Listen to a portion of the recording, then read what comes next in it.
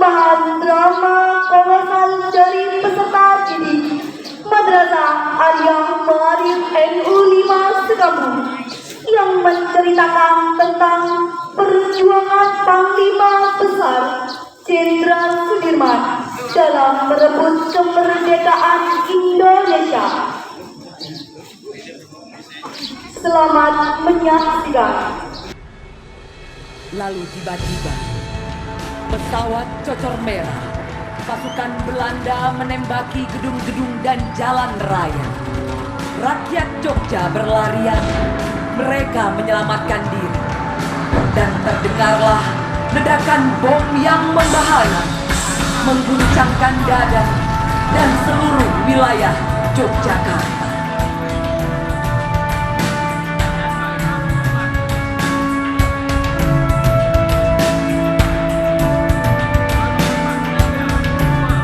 Penyerbuan Belanda telah sampai ke telinga Jenderal Sudirman. Jenderal Sudirman yang saat itu dalam keadaan sakit segera bangkit dari ranjang dan memerintahkan Suparjo Rustam untuk melapor kepada Presiden Republik Indonesia Soekarno yang saat itu sedang berada di Gedung Agung Yogyakarta.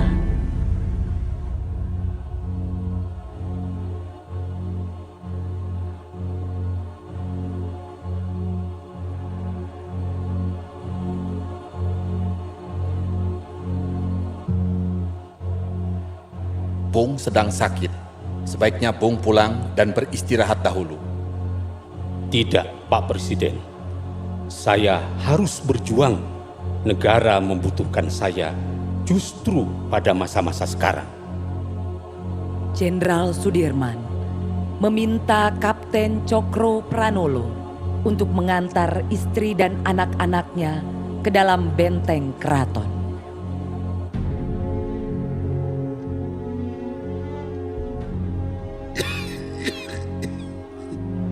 Jangan sekali-kali di antara tentara kita ada yang menyalahi janji, menjadi pengkhianat nusa, bangsa, dan agama. Harus kamu senantiasa ingat bahwa tiap-tiap perjuangan memakan korban. Jangan sekali-kali membuat rakyat menderita. Cukuplah mereka menanggung banyak luka dari peperangan yang sudah berlangsung lama. Jangan sekali-kali membuat rakyat merasa terbebani oleh kita. Cukuplah mereka memikul beban atas banyak kesengsaraan yang telah ratusan tahun menimpa.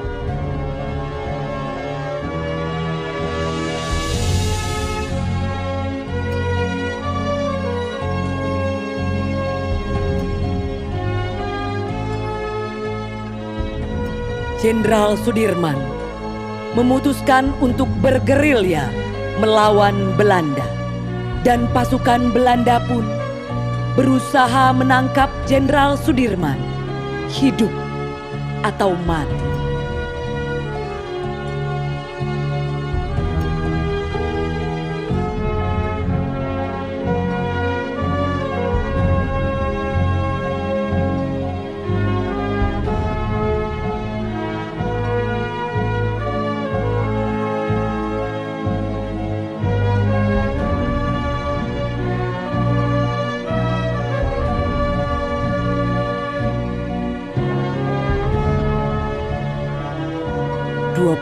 Desember 1948, pasukan Jenderal Sudirman tiba di Kediri. Suasana kota sangat riuh dan bergemuruh, sedangkan pasukan Belanda berada di puncak semangat setelah berhasil merubuhkan pertahanan Kediri dari selatan.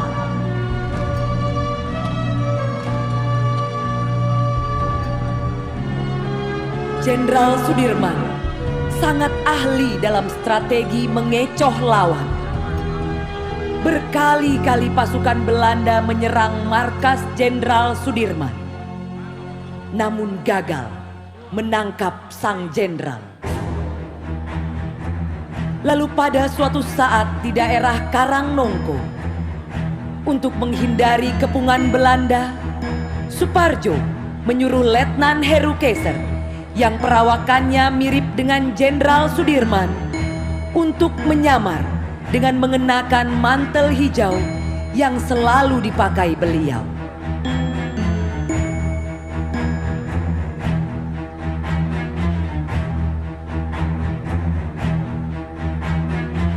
Itu Sudirman. Dirman! Dirman. Dirman! Dirman! Dirman! Belanda pun menyerang dengan menerjunkan pasukan untuk menangkap Jenderal Sudirman yang ternyata palsu. Jenderal Sudirman pun berhasil lolos.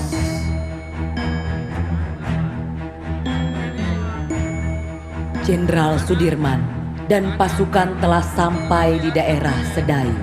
Jenderal, kita dikepung Belanda. Kita tidak bisa kemana-mana. Tenang, mari kita semua berzikir. Jenderal Sudirman dan pasukannya memakai sarung melantunkan zikir.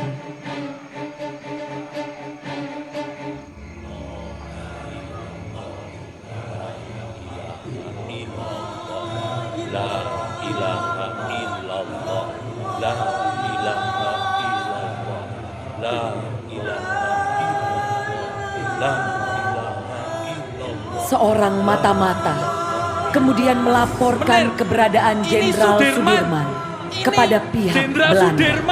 Nei, itu bukan Sudirman. Hutverdom. Ini Sudirman. Nei, Ini Sudirman bukan seperti itu. Kamu berbohong.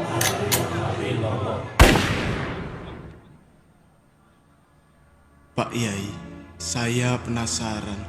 Apa jimat Pak Yai? Belanda sudah mengepung, tapi kok Pak Yai tenang saja? Kamu ingin tahu? Saya punya 3 jimat. Jimat yang pertama, saya tidak pernah lepas dari bersuci. Jadi kalau batal wudhu, kamu bawa kendi saya berwudhu. Itu jimat yang pertama. Jimat yang kedua, saya selalu sholat tepat waktu. Dan jimat yang ketiga, semua saya lakukan dengan tulus dan ikhlas, bukan untuk diri sendiri, bukan untuk keluarga, bukan untuk institusi, bukan untuk partai, tetapi untuk seluruh rakyat dan bangsa Indonesia. 22 Maret 1949, pasukan Jenderal Sudirman tiba di Desa Sobo, Kabupaten Pacitan. Strategi disusun dan logistik serta komunikasi semakin baik dengan bantuan informasi melalui pemancar radio. Selama di Sobo, beliau pun selalu mengundang dalang wayang jembung untuk menghibur masyarakat Sobo dan sekaligus memberikan penyuluhan tentang nasionalisme dan patriotisme. Tentara Nelonto di Konlumo. Besok senang, bengi saya senang. Sekali merdeka, tetap merdeka.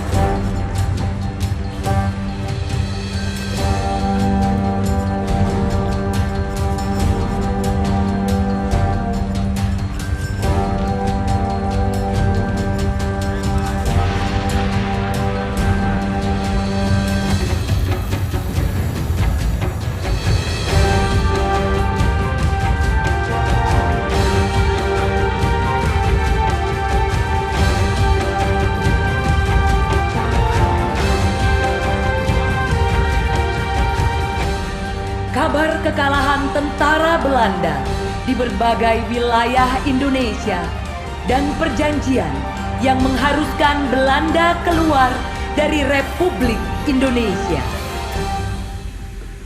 Akhirnya, Jenderal Sudirman memutuskan kembali ke Yogyakarta untuk menemui Presiden Soekarno.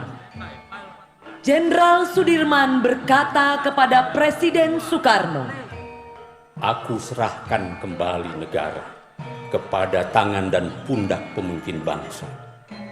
Tugasku sudah selesai. Terima kasih. Sekarang sudah saatnya Adinda istirahat.